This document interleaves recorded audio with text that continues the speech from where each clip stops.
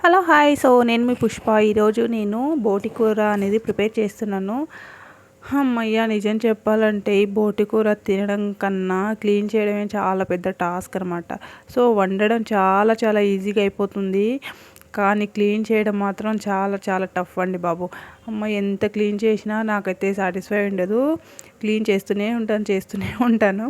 So మెయిన్గా నాకు బోటి అంటే ఇష్టం ఉండేది కాకపోతే ఇది కొంచెం హెల్తీకి మంచివి వంట అని చెప్పేసి నేను ఈ మధ్యన ప్రిపేర్ చేస్తున్నాను.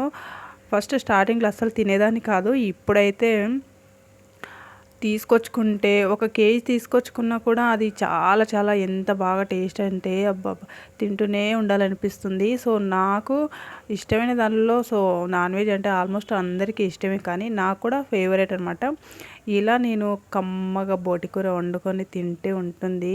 అబ్బబ్బా చాలా చాలా టేస్ట్ అండి బాబు. మీరు కూడా ట్రై చేశారా? ఒకసారి కామెంట్ చేయండి. ఓకే నా సీ యూ. బాయ్.